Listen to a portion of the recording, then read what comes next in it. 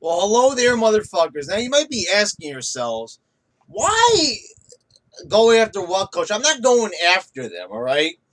I just needed to make another video. I apologize. My last video got cut off at the end. I needed to clear some videos out of my webcam because it starts lagging when I have like all these videos stacked up in there, and sometimes I do like multiple takes. I always notice I never really mess up too much in the middle of a video, but at the beginning, I don't know. You'd be surprised that even though I do the same intro time and time again, I flub it sometimes. It's weird, but anyway. So I'm not going after WhatCulture. Um, I don't know if they even watch these videos. If you do, Adam, I enjoy the channel, but let's be perfectly honest. This is what I want to talk about. It's just mostly WhatCulture is a good representative of the YWC. They're YWCers without a doubt. I've seen them make a list, make arguments, make videos and stuff that basically they make videos and lists that please the YWC. And I used to think, well, this is their opinion and everything. But then when it really became clear to me is when I watched the top 10 pops of all time, the top 10 crowd, crowd reactions to wrestlers. And right then and there, I had the realization. I was like, WhatCulture is full of fucking shit. And they could not be more full of shit if they tried to be more full of shit. I mean, they are packed full of shit. They said that AJ Styles got he was at number 7 on the top 10 list of all time. I'm telling you. Remember, I don't even think like Hulk Hogan was on the list, just to show you what a sham it was. Now, okay, Brad, everybody's entitled to their opinion.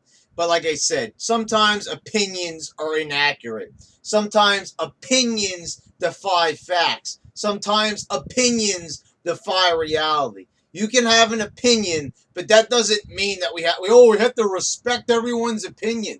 Fuck that shit. That's just some politically correct garbage that was fed to you over time. We don't have to respect any opinions. Now, I subscribe to WhatCulture. I'm one of the reasons why, WhatCulture gets ad revenue, so I don't really feel bad. I watch their content. I'm interested. I like the presentation of their videos. Maybe that's the number one thing. I think Adam's got a lot of wit. I enjoy his presentation. Some of the other guys on there, they're good as well. Of course, Adam is the best. But anyway, I'm a fan of WhatCulture. I like it. It's full of smarts. It's full of guys that are pretty much in the same way that any type of YWCer is. They love the indie darlings. They hate the big men. Look at all their lists. There's really no like big men or anything in their lists. They dislike Hulk Hogan. It's the same old fucking garbage, basically, that anybody else in the YWC says. It's revisionist history. A lot of people like to hang on to that fact, like, and I even, for a time, even believed in this, where they said that, Kevin Nash was responsible for bringing WWE down during the 90s when it was really how his title reign was booked, not so much him. I'm not going to get into that right now. We're not talking about title reigns. We're not talking about mid-90s WWE. We're going to talk about WhatCulture being dishonest and pretty much just, or not getting it. I don't know what it is. I don't know if Adam is being dishonest. I don't know if Adam is trying to appeal to a certain crowd. I don't know what he's doing. That could, whatever's going on in the man's head. I'm not going to come here and try to tell you what the guy's thinking. I don't know what he's thinking. I see a video, I see a reaction, and I see a man tearing apart a great wrestling segment. Yes, this is another video about the final deletion. We're already almost 5 minutes in, and I just had to get to this. And the reason why I need to make the video about this is because, I just had to make a plea to WhatCulture. Stop doing this already. Stop trying to, do revisionist history and trying to mislead people. You told people that AJ Styles got he was one of the top 10 largest pops of all time at the Royal Rumble. That was a flat out lie, and we all know that. I called bullshit. I commented your video. I called bullshit right away. Either your ears are not functional, or Adam, you've been watching wrestling just as long as I have. I think maybe you're a couple of years younger than me. But we're from the same generation of wrestling. You lived through the Attitude Era. You grew up with the Attitude Era just as I did. So, don't come here and try to act like, this is a completely different world. See, you could fool some of the younger fans, but you're not going to be able to fool me and just about everybody else in the YWC who was, born before maybe like 1992 or some shit. I don't know. I was born in 87. So I've seen a lot of fucking wrestling. I've seen the good shit. I've seen the bad shit. But anyway, you're telling people that the final deletion is the cheesiest, worst thing ever. And you said people were hyping it. They were overhyping it. And it was bad. You didn't even give it one shred of credit for the creativity, the humor, nothing. I'm going to say that probably it's not your type of humor. But then again, I've listened to your sense of humor. You do have a great sense of humor. See, here I am. I'm complimenting WhatCulture. I am telling Adam that he has a great sense of humor. I am telling Adam that he is funny, that he does have a way with comedic words. So I'm not going ahead, I'm not bashing Adam. He has a sense of humor. So why is he coming here? And there were so many quotable lines from the final deletion. Adam, you're like the master of the one-liners here on YouTube when it comes to doing wrestling videos. I've never watched your other WhatCulture stuff. You have a separate channel. I don't know about that channel. I only know about the wrestling content you do here. But yeah, and some of your other guys are also, you're very witty. You have a way with words, and you do good videos. And a lot of the time, your videos are based around humor. Here was a humorous segment that went beyond that humor, and actually presented us with a different type of storytelling.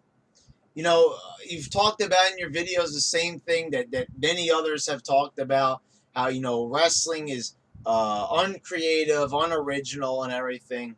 And, and somehow you like to blame wrestlers not being pushed as like an excuse of why wrestling hasn't grown. And it's like, this is what drives me crazy. Wrestling is not good right now, not because Sami Zayn is not getting pushed to the world title. It's because it's not like how it used to be. Wrestling used to make sense, for one thing. I'm not saying that it made complete logical sense, but it used to have characters, storylines, storylines that actually led to somewhere, that led to even, bigger events. It was always one thing after another in wrestling. Wrestling, had an ongoing story. It was an ongoing saga that week after week it led to something. TNA is doing that right now. WWE is not. We're not building up to any big story. Here you have TNA. People were tearing apart, leading up to the final deletion. They were like, oh, I don't like how Matt Hardy's character was. But I was like, they changed Matt's whole appearance. They made him look like a wacko. Some people were saying Sweeney Todd. I like that comparison. And I was like, this is really interesting.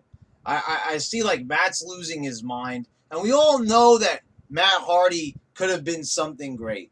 They hit on it at the end of 2002 with Matt Hardy version 1. We all knew that Matt Hardy could be a funny, entertaining, cocky, self-centered, narcissistic heel. And we all knew that Matt Hardy could end up being something huge if only they realized his full potential. I mean, he already had the backing of the crowd. I mean, he's Matt fucking Hardy. This is the same Matt Hardy that, defied physics in ladder matches and shit with his brother Jeff. And even though Jeff was more of the daredevil, more of the risk taker, we all saw that the one thing that Jeff Hardy lacked, and that was the silver tongue. That was the gift given to the other Hardy brother, Matt Hardy. Maybe a little bit less athletic than Jeff Hardy, but he was more of the complete package. Still a good wrestler, still good in the ring, still took a fair amount of risks in those ladder matches, but he had the ability to talk, the ability to entertain, the ability to get laughs from the crowd. So, for some reason, I mean, it took a very, very long time, but Billy Corgan and Jeremy Borash finally realized that Matt Hardy is a guy that had some acting potential in WWE. The guy knew how to, get a character across. Matt Hardy didn't really have a character in WWE. After the version 1 gimmick, he was kind of like just a guy, just an inspirational character. Matt Hardy will not die. He was an underdog, but he'd always defy the odds in the end. You had this storyline, and it just didn't go over as well as WWE wanted it to.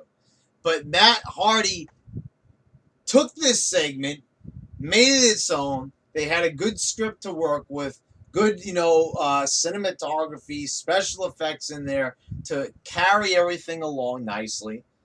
And you had the centerpiece. You had Matt Hardy, and Jeff did his part. They left a lot of the talking to Matt Hardy. And, I thought it was done expertly. There are so many quotable lines. I mean, the aerial assault robots. It takes a lot of gasoline to destroy a brother Nero. Just Matt Hardy's accent and everything. It's just like, I can't understand why somebody wouldn't like it. And it's not just me. Many other people are praising it. But WhatCulture sat there and they said, this is campy and cheesy. So the thing is, it wasn't like campy and cheesy for like a grown man, to be screaming at the camera with a super tan, ripping his shirt, calling everybody brother and preaching about saying their prayers and taking their vitamins. Wrestling, when you think about it in itself, is pretty fucking corny and cheesy. These guys dress up in fucking underwear, half naked, and fucking, touch each other for a fucking living when you think about it. And everything is like self-contained, like, they're in the back talking on microphones, like they have to talk before a match. And you kind of think like, these people are not like, they're using moves. Like, why would somebody climb to a top rope? That would be like if there was a street fight in real life. Somebody climbed on top of a car and just like jumped on top of somebody. Like, it doesn't really happen that way in real life. People don't like climb on top of ropes and fly at each other. I mean, what's stopping them from bringing guns and knives to these fights? It's a suspension of disbelief. And when you think about it, it's kind of corny and cheesy. I mean, these guys are bouncing off ropes and using their momentum to hit each other. I mean, it's like, come on. So to say that this segment was corny and cheesy, and this is just pretty much what Adam kept saying through the whole video. He said that it was overhyped. It just wasn't good. He says, like, it was poorly done. The match was bad. I'm not going to sit here and say it was the greatest match ever. I mean, yes, Jeff Hardy slammed Matt through some fucking leaves, one of those like little tiny leaf gates. It didn't look like it hurt at all, but the thing is, it was the dialogue that Matt Hardy was using, the fireworks, the dilapidated boat, it was something new, something original. And the fact that, TNA have been giving us garbage for so long and WWE not doing any better with their fucking food fights, it's like this was something new, this was something enjoyable, and this was something that people appreciated. They appreciated what TNA tried to do, what Billy Corgan and Jeremy Borash more specifically tried to do. They tried to give us a new style of entertainment, shine a different way, it looked different. It's nothing like anything we've ever really seen before. In fact, it was so good that WWE just copied it last night on Raw with the fucking Wyatt's and New Day compound segment. And we saw that, like, without the magic of Billy Corgan and Jeremy Borash and the Hardys, it's almost impossible to replicate. It looked like a cheap fucking knockoff, and it sucked. So, so the thing is, with all these things that I named of how it's original and how it was funny, it's like you don't appreciate that type of humor, Adam, and everybody else at WhatCulture. I fail to realize that. I feel it's like you don't like this because you see the YWC doesn't like characters. The YWC doesn't like storylines. They like, just athletic matches, that are super fast and,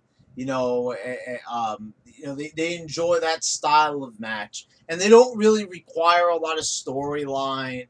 And, really, a lot of times what the YWC is really complaining about is just that they're not pushing the right guys. No, it's seriously, it's not that there's no star power. It's not that there's, no good storylines or feuds or, any sort of continuity or anything like that. No, it's not what they're upset about. They're upset because Sami Zayn and Kevin Owens are not at the top, and John Cena is still lingering around, even though he's barely there half the time.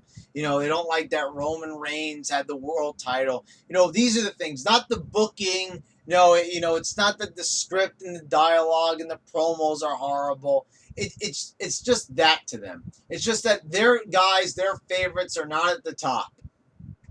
They're lucky that they even have fucking jobs in there. I mean, when you look at a guy like Sami Zayn, and you look at a guy, and he looks like a nobody, fucking dressing like a taxi cab driver half the time. And I'm not saying like Matt Hardy's a fucking bodybuilder, but at least the guy entertains. At least when the guy talks, like, he's hilarious, and he's making a character that's unforgettable. How the hell could you not look at Matt Hardy the way he is now with the fucking frizzled out hair? I mean, what did they even do? It looks like they purposely, like, damaged his hair. Like he blew dry it for like 3 hours straight, putting the streak in there. It's like, the guy is showing dedication to this role, and he's acting it to total perfection. You couldn't see any other wrestler in that role.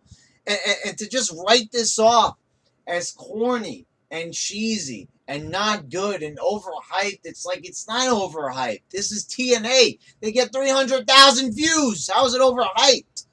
It's basically that people enjoyed it. People in the wrestling industry who dislike. That's the people who were putting this over. People who were just fucking sick and tired of the rut, the absolute chore of watching wrestling. I mean, it's so absolutely fucking terrible. Compared to what we got in the past, this is a fucking joke.